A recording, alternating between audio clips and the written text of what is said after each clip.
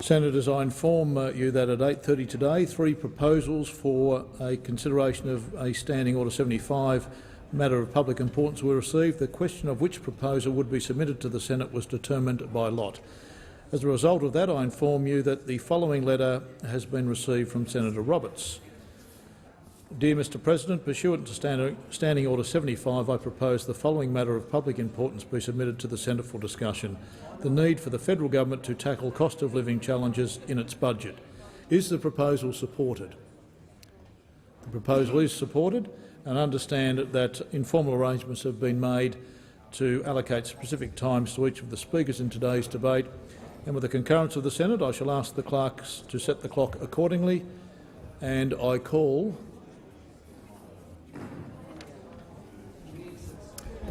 Senator Roberts. Are you leading off the debate? I assume you are. I call Senator Roberts. Thank you. Thank you, Mr President. Pauline Hanson's One Nation travels Australia and our home states, listening day in and day out, week in, week out. And during those travels, always hear the greatest challenge affecting everyday Australians is cost of living. Cost of energy, cost of doing business, taxes, red, blue or UN and green tape, taxes, fees, charges. At every turn, government of both major parties have their hands in the pockets of Aussies stealing our money. As a servant to the people of Queensland and Australia, people come to us and say the greatest government squeeze has gone too far. They say, "We have had enough. We cannot cope." People say to us they don't have 1, 2, 3, let alone 0.5% of their incomes to spare for the government. This government, in fact every parliamentarian, would be well served by listening to everyday Australians about how tough it is out there and how government, big, monolithic government, needs to get out of the way. Everywhere we travel, people tell us they want government out of our lives. Let me give just one example to trigger this debate. Drake Supermarket is owned by Roger Drake, which trades as Foodland. Its electricity will increase from $5 million last year to $7 million this year. That's an increase of 40%. Who pays? All people who buy food, or all whose job is cut to cover the extraordinary new cost. Madam Acting Deputy President, let me frame this debate, this matter of public importance, by saying from the outset this conversation does not have to be about quibbling over exact details of the billions of dollars the government steals from people every day. Rather, it must be framed in the context of big government goose-stepping into our very lives, and the government's intrusion alone is causing cost of living pressures. I am resoundingly pro-human, with enormous faith, pride and admiration in our human species. Why? The last 170 years has seen billions of people lifted out of poverty, removed from the vagaries of nature's weather extremes of drought, flood and famine, vastly lengthened lifespans, comfort, safety, ease and security. And along with the miracle of hydrocarbon fuels, that's coal, gas and oil, that until recent government interventions were actually falling in real prices, the miracle is due to human creativity, initiative and love. Or if you will, our care. Care. Yes, care. Everyone in this room is here because in our early years, someone cared for us. In fact, in today's marketplace, companies that care for their people and customers thrive. Indeed, a defining trait among humans and advanced species is that those who care for their offspring and for others in their species survive. And caring genes are passed on. With humans, care is inherent. Our human spirit unites us and powers our constant search for improvements to life and drives our inherent creativity. And creativity explodes in free societies when ideas are shared and extended. Big government encroaching in our lives does nothing to assist in human creativity or initiative. Big government, especially accompanied by regressive Greens policies heralded in the 1980s and 1990s, have caused catastrophic consequences for our species, such as increased power prices, hyperinflated home prices, exhaustive taxation and strangling of the businesses that used to employ millions of Australians. People who can't afford any living when they don't have a job. Our creativity has been stifled, Madam Acting Deputy President, and for the control-oriented side of politics to now say the government should restrain these people or create industries is delusional and denies human creativity and human endeavour and spirit. It is sad how humans can at times be derailed from our core value of care, as last century showed, with socialists causing the mass deaths of people in Germany, Russia, China, to name but a few countries inflicted with genocidal dictatorships. Why were these deaths caused? Because as part of our human journey, we form egos that make us our identities, that make us vulnerable to delusions and fear. It leads some, such as the Australian Greens, to a negative view of our species and leads the fearful and inadequate to attempt to control others.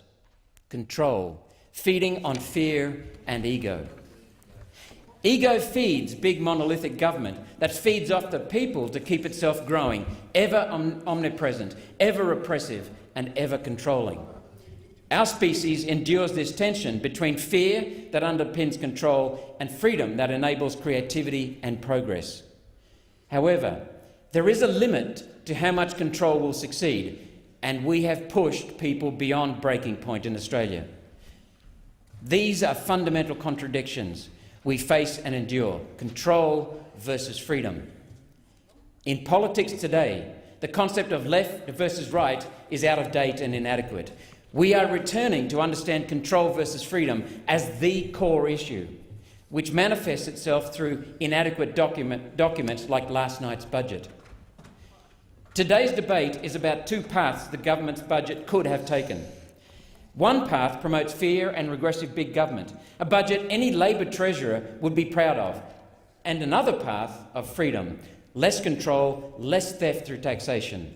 A so-called Liberal government chose the former, not the latter. It's ironic that for 7 decades Western nations have been fed the nonsense that we humans are inherently uncaring, greedy, irresponsible and even evil, and that as a result we need more government to protect us from ourselves. Yet government consists itself of humans. Why is it that the Australian Greens, union bosses and the tired old parties advocate ever more control through big government intervention and regulation? This advocacy of control has driven the distancing of government from the people they claim to govern. It has driven over-regulation and distortions that smash employment and stifle strong industrial and firm industrial relations. And regulation adds costs and decreases quality. It increases prices. There is little or nothing the government can do well or right when compared to the same effort of the private sector, or if you will, human endeavour. So let's consider the obscene and meagre attempts to solve the costs of purchasing a new home. Unlike Senator Dastyari and the ALP, our party understands the love and care that can be associated with home ownership. However, how could the government possibly think a cap of $30,000 will even make a dent in the cost of a deposit for an average home for most Australians? For an average home, that is barely 5% of the deposit. The mortgage insurance alone could be close to $30,000 on some of these purchases with a 5% deposit. Also, releasing a few parcels of federal land for development in Melbourne won't solve the problem. The problem with housing is red, green and UN blue tape, strangling land release and limiting growth of human creativity in property development. Giving a first home buyer a $30,000 tax concession savings is an insult to our intelligence. But the elites just don't get it, Madam Acting Deputy President. Last night, the Treasurer said he would take a scalpel to the problem of housing affordability, not a chainsaw. Why is it that the Honourable Treasurer looks at the left-wing control side's chainsaw solutions of taxing investors as a possible solution? Why wouldn't a so-called Liberal government look at our chainsaw solution, drastically cut red, green and blue UN tape to release more land and human creativity. Supply side sorted, fixed. Further, Mr President, the government laments $13 billion of discarded savings in this budget. $13 billion does not even cover our interest debt, by the way, a long way short. However, we can reduce the need for excessive taxation, which drives the cost of living, simply by looking at expenditure. There's something novel. Let's look at expenditure. And I might add, we could get rid of or send back to the states departments of environment, health and education.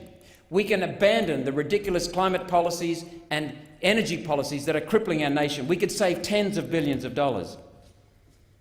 If the public were to learn every red cent bureaucrats spend via a transparency portal, I can tell you now, as quick as could be, government spending would fall by billions.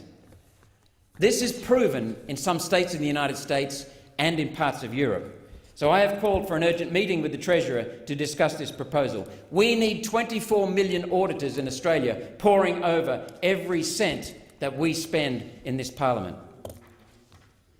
Public servants would be too embarrassed to reveal how much they spent on travel, accommodation, finger painting lessons and massage chairs. They simply wouldn't spend the billions of dollars the government could save simply by releasing in real time the exact amounts governments are spending.